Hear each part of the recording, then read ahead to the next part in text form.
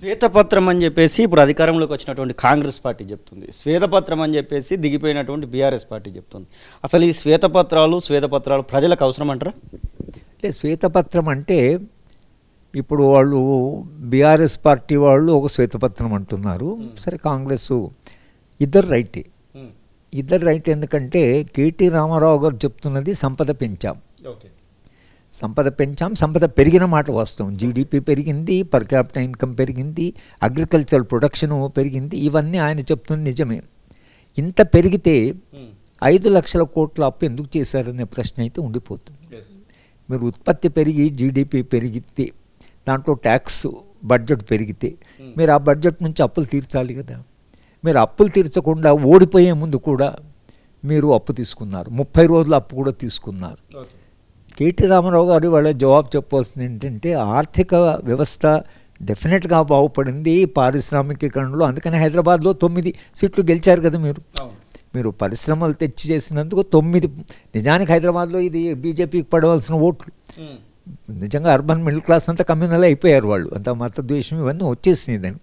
కనుక హైదరాబాద్లో ఒక ఎవరేజ్ ఓటరు వాడు హిందూ ముస్లిం అని ఓట్లు వేసేది. కానీ వాడు మతం మీద కొంత ఈ ఫ్లైఓవర్సు, హైదరాబాద్లో వచ్చిన మార్పులు, తర్వాత పరిశ్రమలు, ఆయన చాలా చోట్ల వెళ్ళి పెట్టుబడి తీసుకురావడం, ఇవి హైదరాబాద్ ప్రజలు ఇంప్రెస్ చేసుకుని మీరు 9 సీట్లు గెలిచారు. కానీ మరి అప్పులు ఎందుకు చేశారు? అసలు బ్యాంకు మన గవర్నమెంట్ బ్యాలెన్సు బ్యాంక్రప్సీ ఎందుకు వచ్చింది, జీరో ఎందుకు వచ్చిందంటే, మీరు సంపద పెంచారు కానీ సంపద నుంచి కావాల్సిన వాటా తీసుకోకుండా, ఈ సంపద నుంచి వాటా తీసుకుంటే వాడు రాడేమో అని, వాడు పోటీలో కర్ణాటక పోతాడో తమిళనాడు పోతాడో అని ఓ భయం. అందుకని సంపద వాడిని పెంచడానికి వీళ్ళు తప్పకుండా సహాయం చేశారు. సంపద పెరిగింది, సంపద వీడు ముట్టడానికి వీల్లేదు. కనుక మీరు చెప్తున్న నిజమే, సంపద పెరిగింది.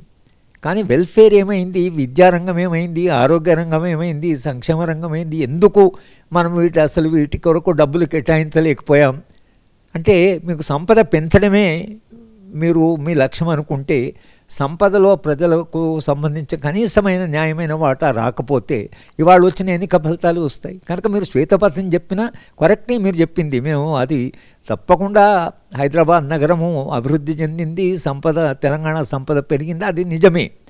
కానీ ఆ సంపదలో ప్రజల వాటా ఏదని, మీరు ఆ ప్రజల వాటాను తీసుకోవడానికి మీరు వెనుక ముందయ్యారు. దానివల్ల ఏం చేశారు?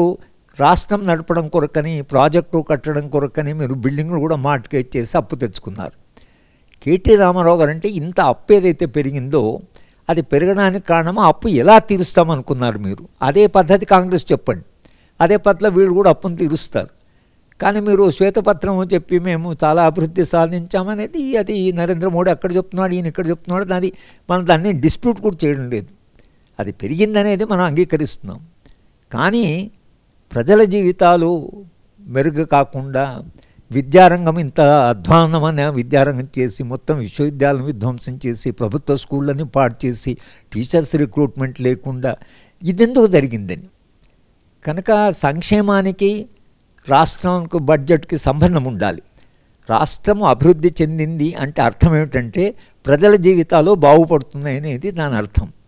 మీరు ఒక్క సైడ్ చెప్తున్నారు, రెండో సైడ్ చెప్పండి. రెండో సైడు వీళ్ళు చెప్తున్నారు. కాంగ్రెస్ వాళ్ళు ఏం చేస్తున్నారంటే, ఇగో ఇన్ని అప్పులు చేశారు, ఈ బిల్డింగ్ మార్టిగేజ్ చేశారు, బ్యాంక్ బ్యాలెన్స్ జీరో చేశారు అని వాళ్ళ శ్వేతపత్రం.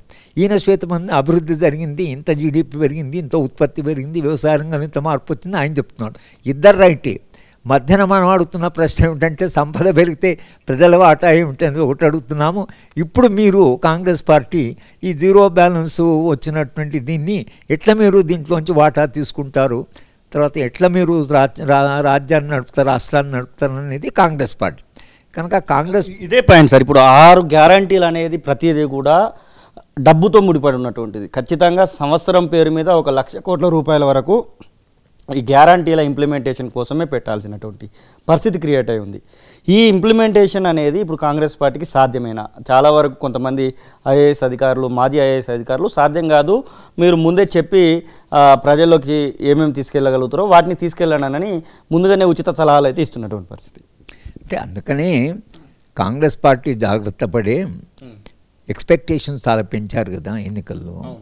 కనుక ఈ ప్రజల ఆశలు ఏవైతే పెరిగాయో ముందు ప్రజలకు చెప్పడం ఏంటంటే మేము తీవ్రమైనటువంటి ఫైనాన్షియల్ క్రైసిస్లో ఉన్నాం. ఇది ప్రజలను కన్విన్స్ చేయగలిగితే వీళ్ళు ఇస్తామనుకున్న స్కీమ్స్ కొంత ఆలస్యమైనా మరి పూర్తి బ్యాలెన్సే లేదు.